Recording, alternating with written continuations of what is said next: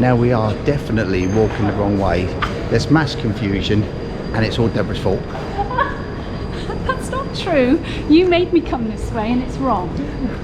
I did explain to you that Annick Lines, who we're with, is this way. You said, no, departures are left. You did. I didn't say anything of the sort. I did. Definitely did. We have just gone to Annick Lines because Finlo Deborah has taken us to the wrong place. We need to be going super fast ferries.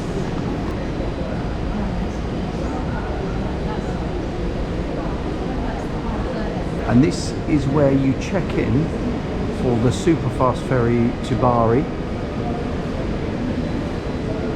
which is, this is the main door in, and take left and it's a first left again. So what's interesting about this check-in is that the driver and the passenger, or both of us, have to go in separately. So Julie and I will have to go in as foot passengers through those doors, and then meet the guys in the motorhome at the docking gate, which is dock 8.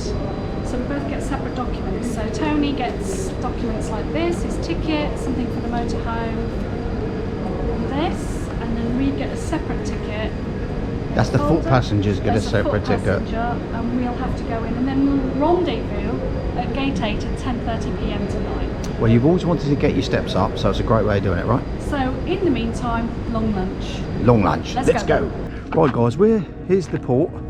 We're parked up there, and we're sort of like trying to decide where port or gate 8 is, and we think it's up here, because obviously you're parked here, you'll come out up here, and there's a sign here which says port entrance. It's got graffiti written on it. So we're just taking a little stroll up here just to see if this is indeed where we go for the port. I'm pretty sure it is, but we just want to make sure.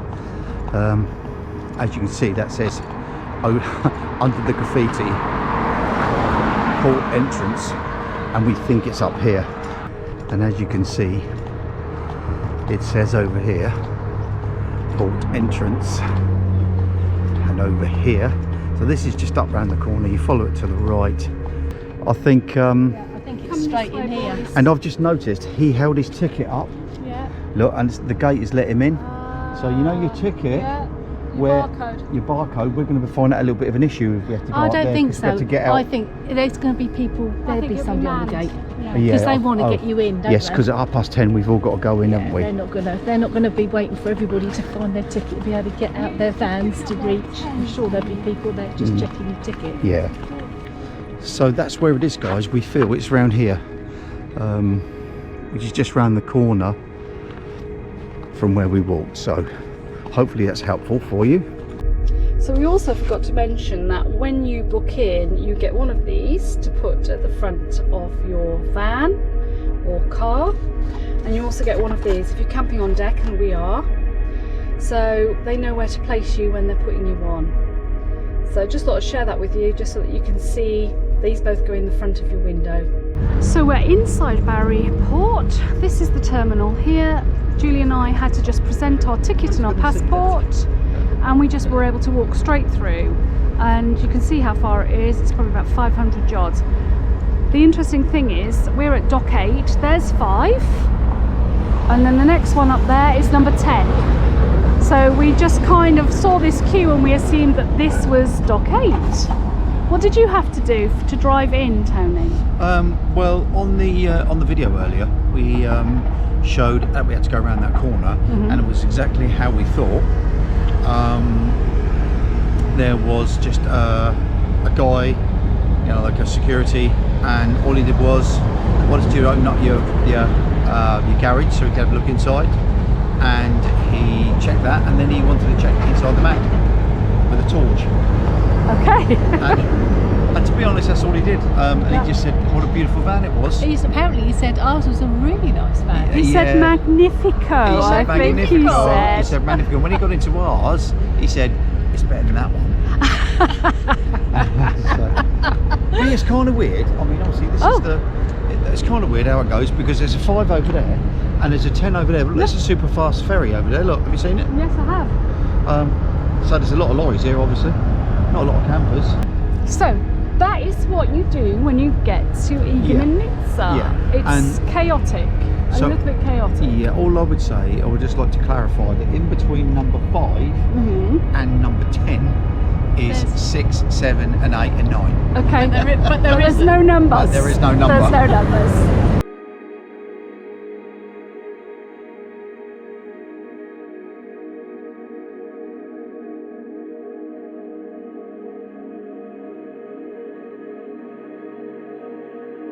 So we're on deck and you can see that a couple of people have got the wires coming down from the ceiling. Looks like we're going to have to go and grab a pole and hook up. It's completely different to being on the larger Olympic champion when we were coming out from Ancona. Let's see how Tony gets on.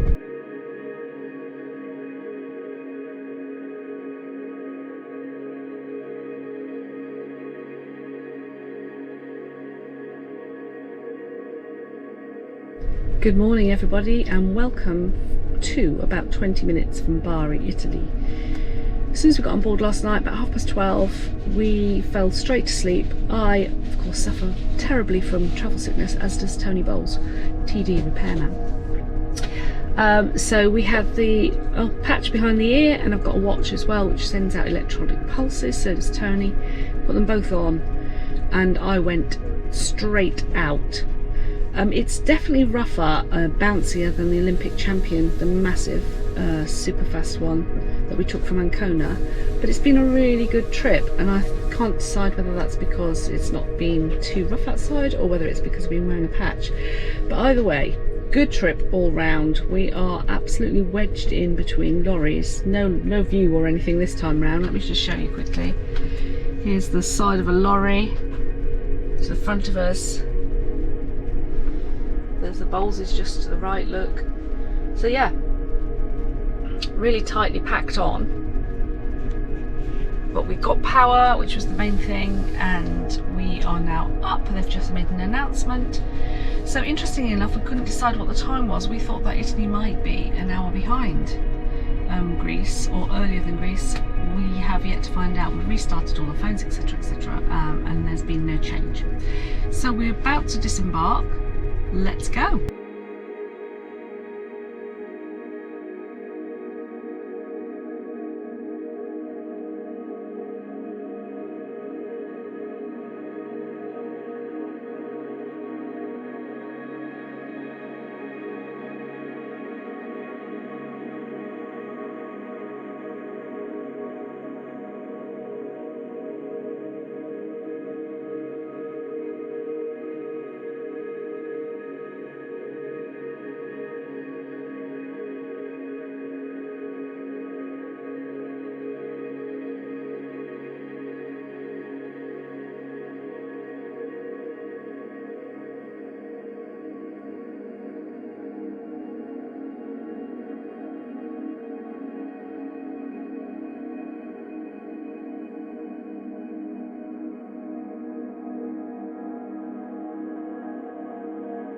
So we've driven about a mile and now we're in a nose-to-tail queue for no apparent reason, in with the lorries. We don't know what's happening in terms of exiting Bari port, but we'll keep going and we'll let you know how long it takes to get out.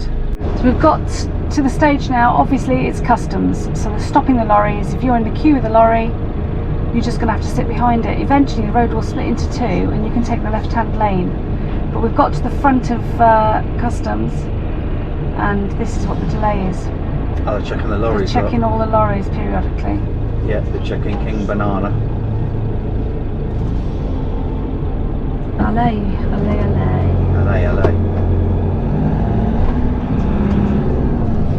Alright, chill. Now we're in another queue with the lorries. Traffic lights. Thank goodness. We'll go straight over. This is a pain getting out of Bari.